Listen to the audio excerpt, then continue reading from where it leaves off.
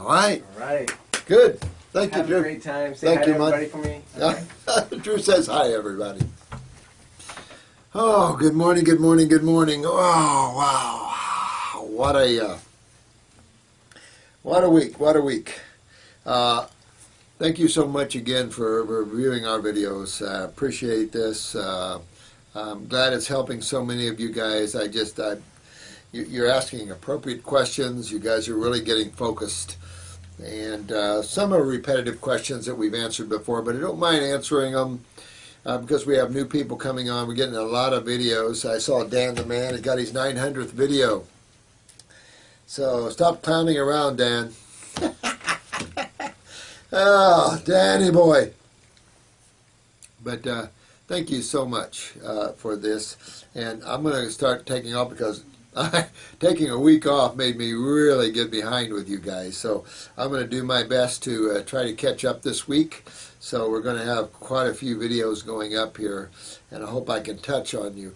I did a video yesterday I felt was important on detoxification and the healing crisis.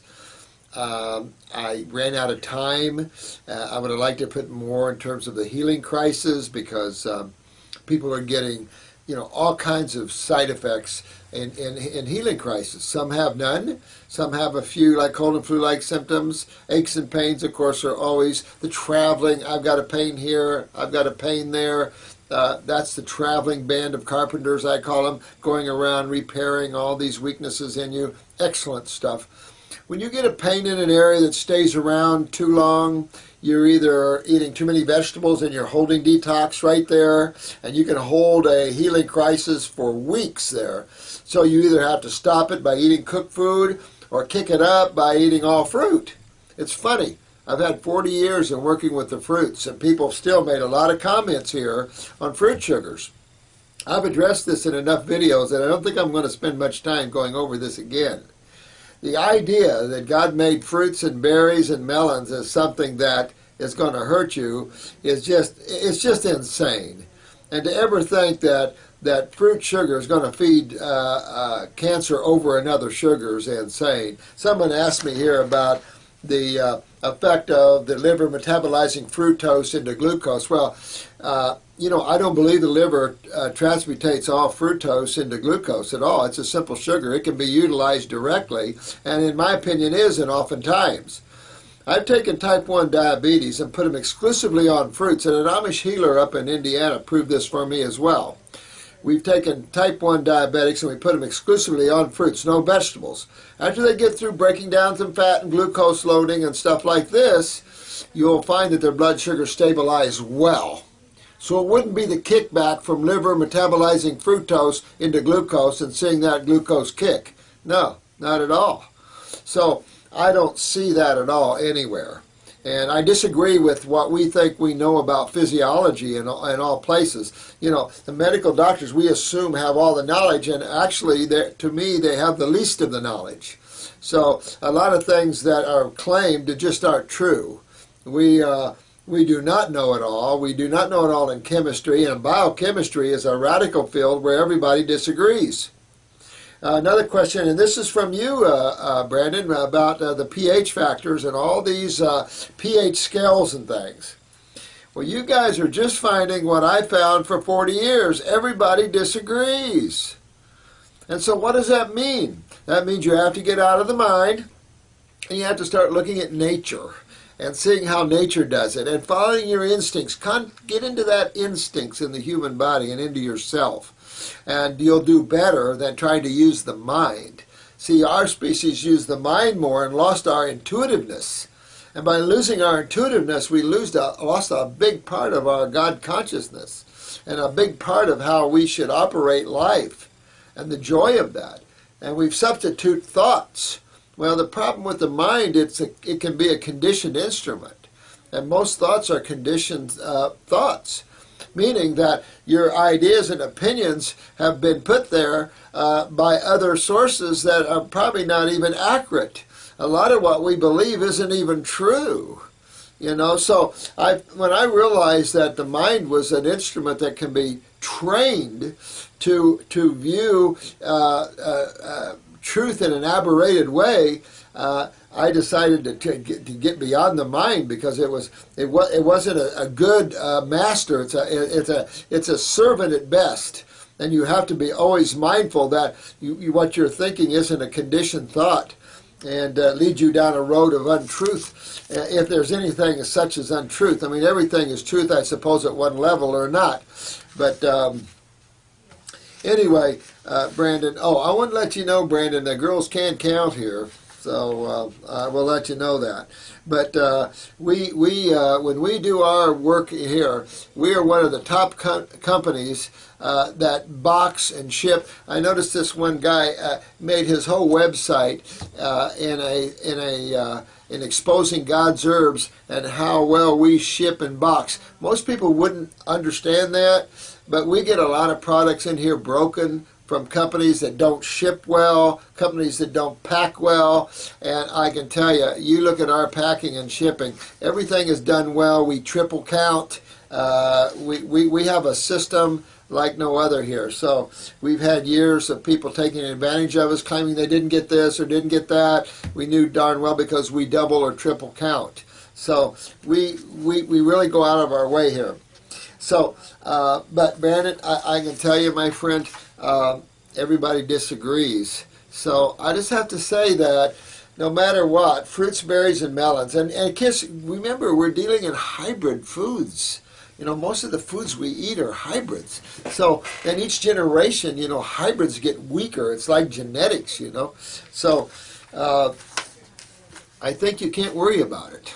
That's what I think. I think that this is so simple that the average person just can't grasp the simplicity of this. And that's why some lady said, you know, that eliminates all cooking. I don't have to have stoves. I said, all I have is a knife, a spoon, a fork, and a plate, and a bowl. And that's it.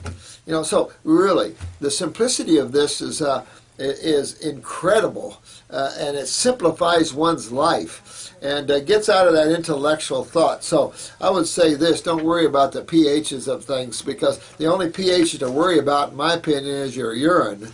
Make sure that you're getting sediment in that urine and that you're seeing an acidic urine. All right. So a lot of serious heart problems, huh? Sweet. You know what? Again, what's the heart made of? The heart is made of a bunch of cells, and we've talked about this before. You know, divided off into 4 chambers with 2 valves. So you've got a 4-chambered organ that's made up of cells, and each cell has blood and lymph flowing around it, and then you have a nervous system. This is true everywhere in your body there is. So you have to strengthen up your nervous system. Well, how do you strengthen up cells? Well, what weakens them? So always remember that when something says, well, I got a weak mitral valve, or I've got a prolapsed mitral valve, a heart murmur, or I've got a weak kidney, or whatever. Well, what are you talking about? You're talking about cells. All right? So you've got weak cells, okay? How do you get weak cells? What weakens cells? Well, you have to go back to understanding, well, let me see. Chemistry, of course, everything is chemistry. And, of course, chemistry has 2 sides to it. And keeping it simple, you've got the healing side of chemistry, and you have the gnarly or corrosive side of chemistry, the acid side. Okay, so you can see that if you examine this through chemo and the damaging effects of chemo on cells, the damaging effect acids have on cells, or you could just drink soda pop and hold it in your mouth until the burn was too intense and you had to let it go. These are acids. And if your mouth didn't supply alkaline enzymes to counter that acid from Coke, you hold it in your mouth. Coke has the same pH as the acids that damage your cells and can create a cancer cell. So just hold Coke in your mouth, but the problem is your mouth is going to, the mucosa, part of the lymph system, is going to secrete mucus to protect the cells. And so you can't hold it on you too long. The best test is the skin. Drop a little chemo on your skin. Any nursing practitioner will tell you you can't drop chemotherapy on your skin. Nobody in chemo work will ever tell you to drop chemo on the skin. Remember gloves and everything? Why? Ask exactly why. What's your skin made of? Cells. The same thing, your liver, your heart, and wherever you have cancer, that's a damaged cell. So, these guys are insane, in my opinion. And you have to get to understanding that. So whether you have a heart weakness, whether you have a liver weakness, a kidney weakness, it's the acid side of chemistry, and 9 times out of 10, it's the lymph system that created that. So you go to the lymph system and you work on your lymph system. If you want to strengthen the myelin sheaths, you've got to get more neurotransmitters. More neurotransmitters. The neurotransmitters that most directly affects the heart comes out of the adrenal glands. And so, obviously, there's a connection between that and the kidneys, because they sit right on top, and then the connection the kidneys have, of course, to this gigantic sewer system. I was just talking to a guy this morning, dealing with cancer, and when you see sediment in your urine, you always see your tumors go down. When you don't see the filtration of the kidneys, they'll grow up. So, sweetheart, take care of yourself there.